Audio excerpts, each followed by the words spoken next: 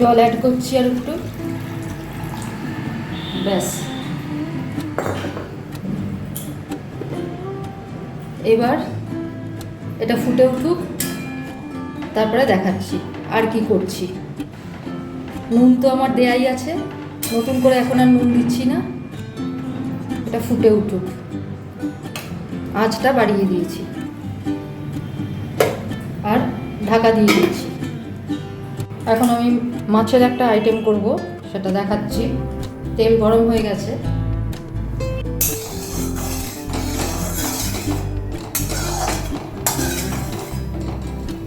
আঁচটা কমিয়ে নিচ্ছি। মাছটিকে ছেড়ে দিয়েছি,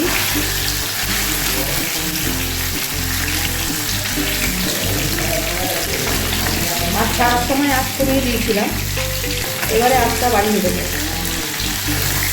উল্টে দিচ্ছি, সাথে সাথে উল্টে দিলে লেগে ধরবে না। দেখ, এবার এটা আমি ঢাকা দিয়ে দিচ্ছি। এটা অন্য পিঠটা উল্টে দিয়েছি, দ্বিতীয় পিঠটাও ভেজে নিয়ে তারপর দেখাচ্ছি। আচ্ছা, এটা করতে আমি নিয়েছি একটা পটল, একটা মাঝারি সাইজের আলু, একটা মাঝারি সাইজের পেঁয়াজ আর দুটো কাঁচা লঙ্কা। আর কী কী লাগবে দেখাবো। মাছগুলো ভাজা হয়ে গেছে, এবার এটা আমি তুলে নিচ্ছি।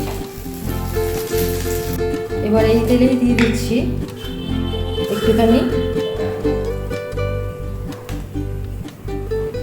কালো জিরে, দিচ্ছি কাঁচা লঙ্কা দুটো, তার সাথে দিয়ে দিচ্ছি পটল, তার সাথে দিয়ে দিচ্ছি আলু, একসাথে সব দিয়ে দিলাম। পেঁয়াজটা একটু পরে দিচ্ছি, এগুলো সিদ্ধ হতে একটু সময় লাগবে, যার জন্য এগুলো আগে দিয়ে দিয়ে ভাজবো।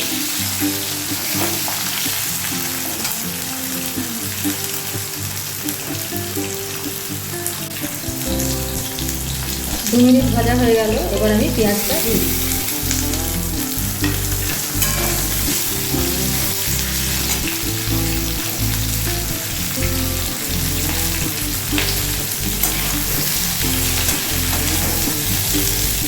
এবার এতে দিয়ে দেবো হলুদ,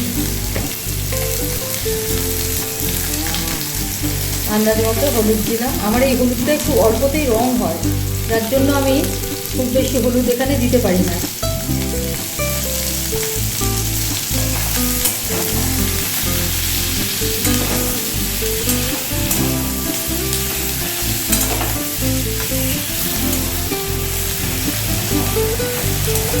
লাল লাল করে ভাজবো। পেঁয়াজ, আলু, পটল সবই একটু ভাজাটা, অনেকে আছে ভাজা কম করে, কিন্তু ভাজা কম করলে তাতে সেভাবে খাওয়ার অভ্যাস হয়ে গেছে। তো আমরা একটু ভাজাটা বেশি করে খেয়েছি, যার জন্য কী হয় আমরা বুঝতে পারি টেস্টটা, কাঁচা কাঁচা লাগে না আমাদের। একটু কম ভাজা থাকলে আমার একটু কাঁচা কাঁচা লাগে। তো যার যেরকম খাওয়ার অভ্যাস সেরকম করবেন। এই অবস্থায় কিন্তু আমি এটা জল ঢালবো না বা কিছু অন্য মশলাও দেবো না, মানে একটু লাল লাল করে ভাজবো আমি। এবং তার জন্য এবার আঁচটা কমিয়ে দিয়ে ভাজবো, তাহলে কি পুড়বে না, অথচ ভাজাটা ঠিক হবে। এটাই হচ্ছে ট্রিক্স, যে ভাজাটা ঠিক করবো, বেশি করব, অথচ পুড়বে না। এটার একমাত্র ট্রিক্স হচ্ছে আঁচ কমিয়ে দাও। একদম লো ফ্লেমে দিয়ে দিচ্ছি, দিয়ে ঢাকা দিয়ে দেবো কিছুক্ষণের মধ্যেই, তাহলে কিন্তু এটা হয়ে যাবে। এবার এর মধ্যে দিয়ে দিচ্ছি আন্দাজ মতো নুন।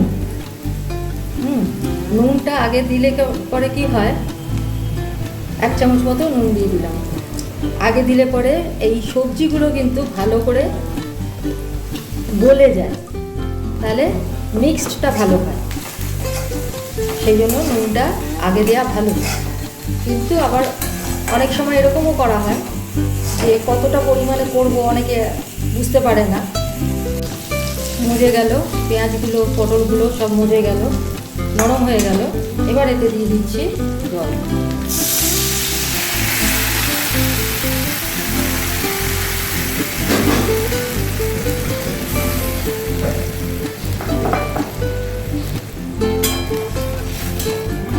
আর একটু জল দেবো, জলটা একটু কম হয়েছে, মানে এগুলো সিদ্ধ হবে না ঠিক মতো। আর একটু জল দেব, বেশি জল দিলে পরে এটা ঠিকমতো সিদ্ধ হবে। হাই ফ্লেমে করে দিতে হবে, তাহলেই কিন্তু এটা ঠিকমতো সিদ্ধ হবে এবং তাড়াতাড়িও হবে।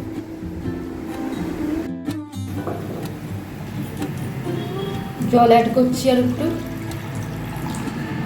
ব্যাস। এবার এটা ফুটে উঠুক, তারপরে দেখাচ্ছি আর কি করছি। নুন তো আমার দেয়াই আছে, নতুন করে এখন আর নুন দিচ্ছি না। এটা ফুটে উঠুক, আঁচটা বাড়িয়ে দিয়েছি আর ঢাকা দিয়ে দিয়েছি। ঝোল ফুটে উঠেছে, এবার এতে দিয়ে দিচ্ছি 1 টেবিল স্পুন, বেশি করে দিচ্ছি কিন্তু, সর্ষে বাটা, কারণ এটা আমি ঝোল করব।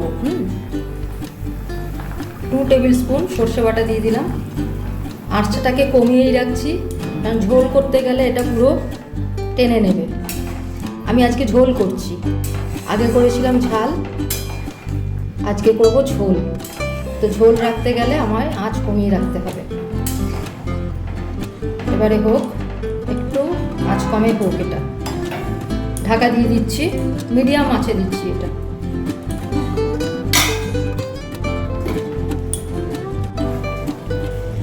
এবার আমি এর মধ্যে মাছ দুটোকে ছেড়ে দিলাম।